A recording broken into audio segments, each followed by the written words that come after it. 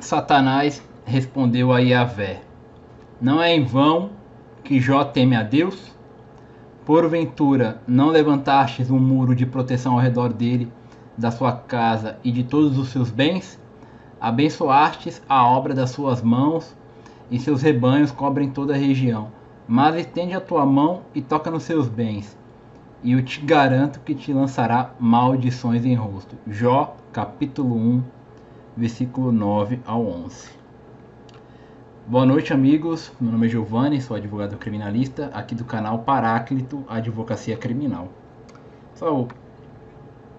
Hoje eu quero estar fazendo um vídeo aqui sobre o livro de Jó, né? Sem sombra de dúvidas, é uma história muito conhecida do Antigo Testamento. Jó nada mais é do que um personagem simbólico e mítico, que, como no caso de Adão, simboliza todos os homens na experiência do sofrimento. Jó, ele era uma pessoa que ele vivia de forma próspera.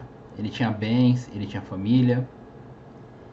E, em razão dessa tentação de Satanás para com Yahvé, um desafio, Jó, ele tem de sofrer a experiência amarga do sofrimento, independentemente de ele ser inocente ou ele ser culpado.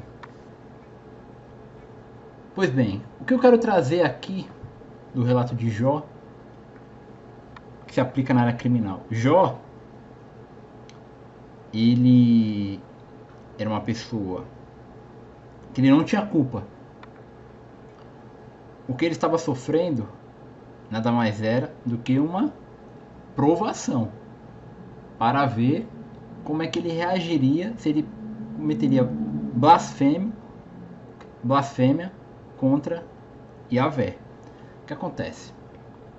Antigamente, nessas épocas, existia religião oficial. E a religião oficial da tradição, ela dizia o seguinte: se está acontecendo esse infortúnio contra você, é porque você merece. O castigo, ele é divino. Deus está castigando você por você ter cometido alguma falta.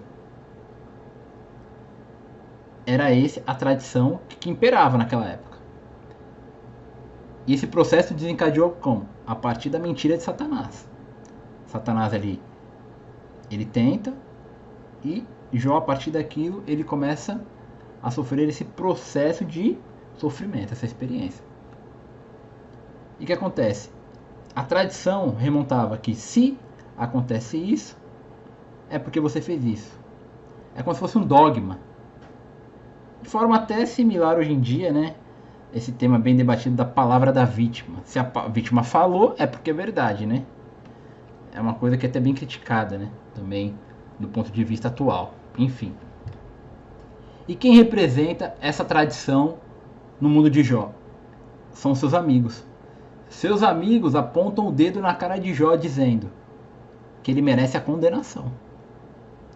Jó, ali, naquele contexto, ele é tratado como um animal pestilento. Tanto que ele é retratado que ele vai para um lugar que chama de Tofê. Se salva o melhor juiz a memória. Que é um local em que é como se fosse um lixão da comunidade, em que é despejada todas as pestilências e todas aquelas coisas que a comunidade expulsa, porque traz a crise social. E Jó, naquele contexto, ele estava trazendo o que para a comunidade? Para o seu contexto ali, os amigos, entre aspas. Ele estava trazendo o que? O mal. E o mal, ele merece ser erradicado. Então, os amigos de Jó, eles não escutam Jó.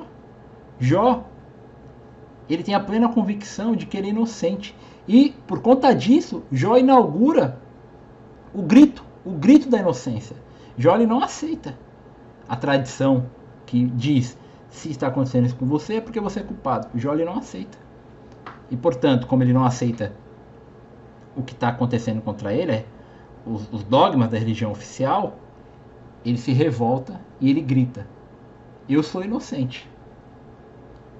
E por conta disso, como consequência disso, os amigos dele ficam escandalizados. Como assim você está contestando um castigo divino?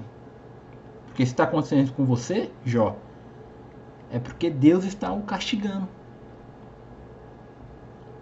Ou seja, aquele Deus vingativo, que era o que imperava, não o Deus de amor, que era do Novo Testamento, mas sim um Deus da vingança, um Deus que faz o mal com o mal, lei de Talião.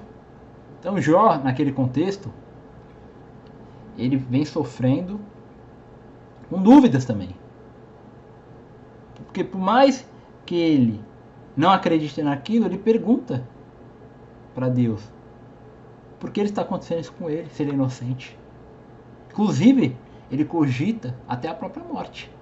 Preferiria morrer do que passar por aquele sofrimento. E blasfemar Deus, que era o que Satanás queria. Que ele culpasse Deus pelo sofrimento que ele estava passando.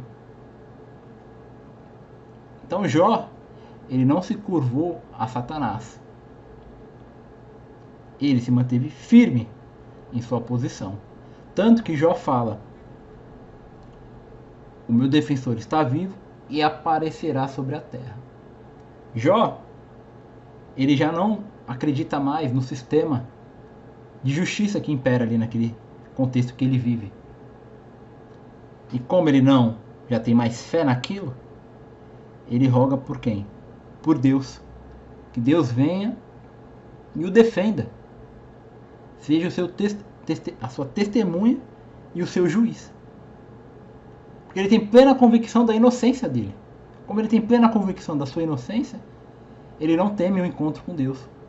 Naquele contexto, você fazer esse tipo de pedido era como se fosse uma afronta ao divino. Um ser humano querendo ter um encontro com o divino. Jó não. Jó, ele tem a plena convicção de que ele é inocente, e como o sistema não funciona, é um sistema corrupto, em tese, né? É a religião que estava ali em voga, ele proclama para que Yahvé venha no seu auxílio, no seu resgate. É muito interessante, amigos.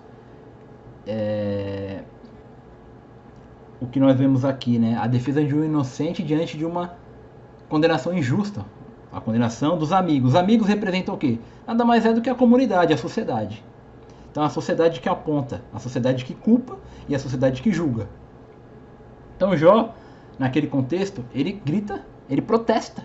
É o protesto da vítima inocente e condenada pela unanimidade do seio social. Então, portanto, eu quero até ler aqui uma passagem, né, que Jó, ele, nesse contexto, né, de desonestidade, de pessoas que estão ali como linchadores de escrúpulos, ele coloca, né, a sua voz para que possa ser ouvida. Ele diz assim, ó, Jó capítulo 6, versículo 26 ao 29. Pretendeis inqueprar-me por palavras, considerar como vento as palavras de um condenado? Seríeis capazes de leiloar um órfão, de traficar o vosso amigo? Agora olhai-me atentamente, juro não mentir diante de vós. Voltai atrás, por favor, que não se faça injustiça. Voltai atrás, porque justa é a minha causa. E ele diz assim também, no versículo 22 a 24. Se eu errei, façam-me ver onde foi que eu errei. Jó, ele não aceita. É uma indignação o que está acontecendo contra ele. E aqui Jó, ele não defende essa concepção, essa ideologia de um Deus violento. Para Jó, Deus não é violento. O que está acontecendo ali é uma projeção do ser humano. Não é que Deus seja vingativo, mas as pessoas, pelo pecado original, que são as pessoas, através da tentação de Satanás, elas se tornam demônios. Então, o contexto de Jó é isso. É uma pessoa... Desculpa, gente, engasguei aqui. Uma pessoa que está sofrendo ali uma perseguição de uma comunidade. E Jó, no contexto aqui de Jihar, ele nada mais é do que o bode expiatório. O bode expiatório é o quê? Aquele animal do Levítico, que ele era colocado para o deserto. Ele era expulso no deserto e ele carregava toda a pestilência, todo o mau cheiro da comunidade. E a comunidade toda se voltava contra o bode expiatório, que é aquele local lá que eu falei, Tofê, o lixão da comunidade, que é para onde as pessoas queriam que o Jó fosse levado. Mas Jó ele rejeita isso. Ele quer ter um encontro face a face com Deus para que a sua inocência seja provada. Amigos, essa foi a reflexão, né? Que a gente tem que tomar muito cuidado quando a gente escuta fofocas, boatos, o disse que me disse. Isso é muito perigoso, porque nós próprios podemos ser os perseguidores daquele que está sofrendo uma acusação muitas vezes injusta, ou se justa, exacerbada, fora do limite, fora da lei. Então essa reflexão eu queria trazer. Jó é aquele que não aceitou um dogma, tal qual hoje, com a devida, né, vênia também, a palavra da vítima tem um peso gigantesco, às vezes até desproporcional. Então é isso, a reflexão que eu queria fazer com vocês. Espero que tenham gostado do vídeo. Se inscrevam no canal, deixem um comentário, um like.